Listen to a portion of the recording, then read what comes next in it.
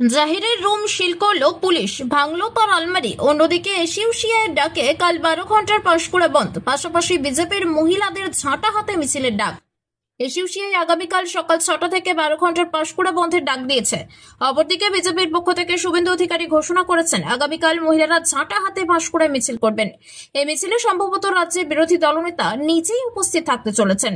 অপরদিকে Panskura super speciality হাসপাতালে পাঁশকুড়া পুলিশের একটি টিম তারা সুপারের সাথে কথা বলেন। যেদিন ধর্ষণ কাণ্ড ঘটেছিল সেদিন সহ আরো 2 দিনের সিসিটিভি ফুটেজ কালেক্ট করেন। হাসপাতালের অস্থায়ী কর্মীদেরও জিজ্ঞাসাবাদ করা হয় পুলিশের পক্ষ থেকে।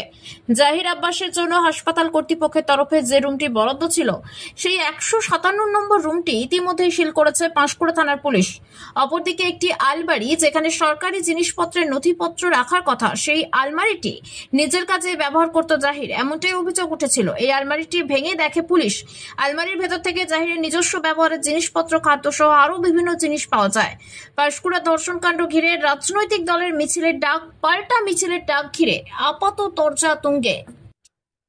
মন্ত্রী সৌমেন মামার ছেলে ঠিক আছে, হবে।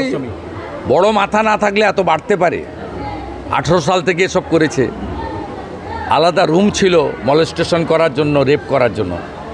আগামীকাল মহিলারা ঝাঁটা মিছিল করছে পাঁশকুড়ায়। দাদা, নিয়োগ থেকে অ্যাম্বুলেন্স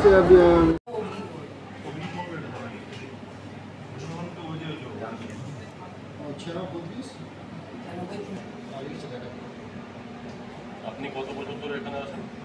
আর 5 বছর। তবে আপনার রিক্রুটমেন্টটা হয়েছিল?